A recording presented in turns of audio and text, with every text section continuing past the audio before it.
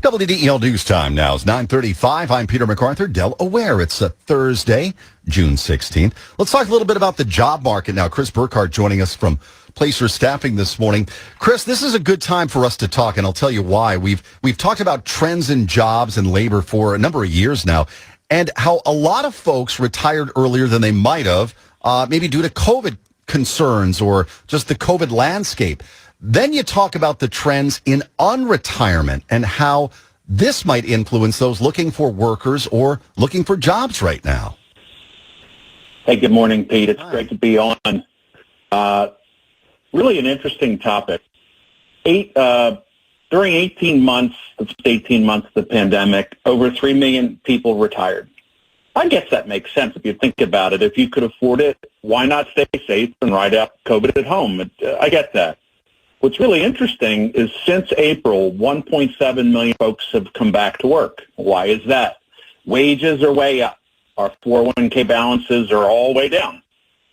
Jobs are still really plentiful. And this age group is really highly vaccinated.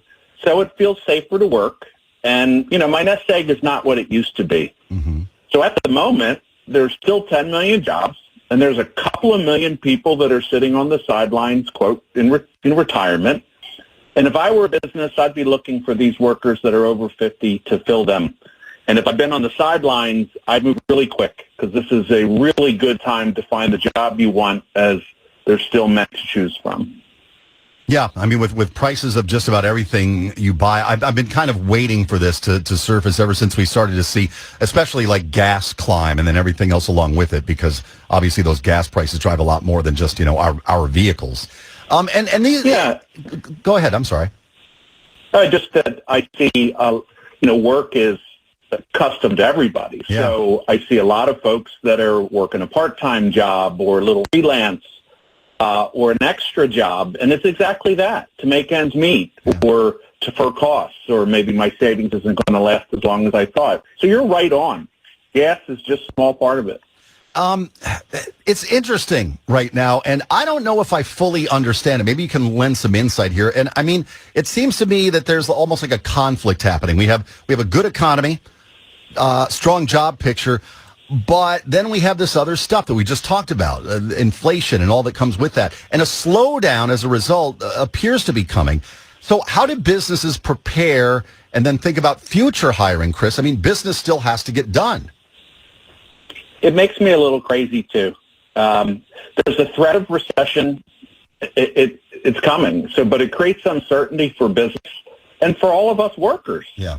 But business still has work to do, and it will be hard to commit to hiring staff if revenues drop, as they often do during a downturn.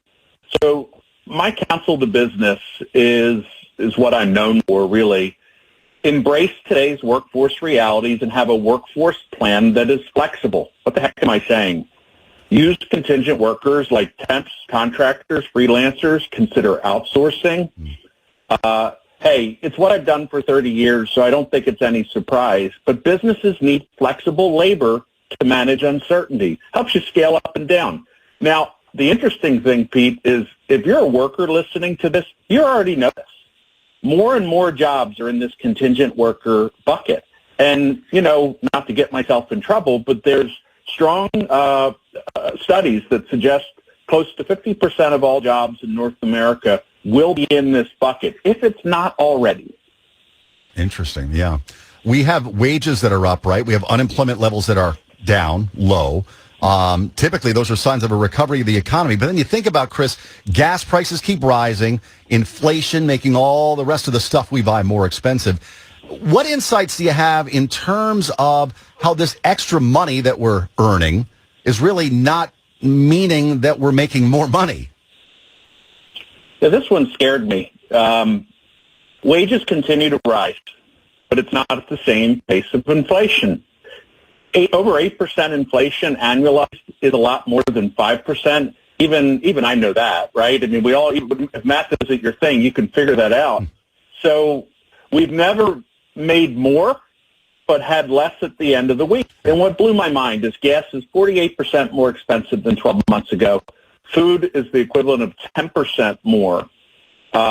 So we're making more at work, however, spending more to live, which is why inflation is just so darn crippling for all of us, and why I come to understand that workers that are leaving for more money, it's a matter of necessity. There is no choice, and I think I've learned to embrace that and support that.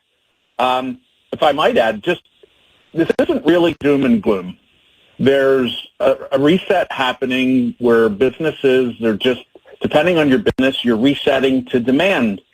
But you have this added layer where some businesses are coming back to work. Hybrid work is causing this growing rift.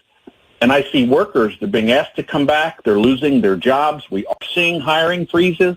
We're seeing people that, are all of a sudden thrust in the job market. It's just the beginning of this churn. Folks are still finding work. There's still plenty of work. But I sense there is a dark cloud coming.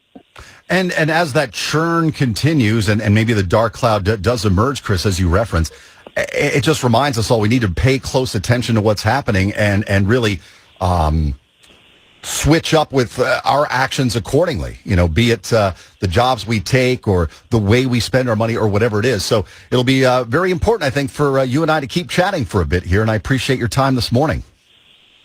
As long as you'll have me. Pete, if I might just add, you've often allowed me to say something, just a value add. My company is partnering with local chamber, Newcastle County Chamber, and their small business arm.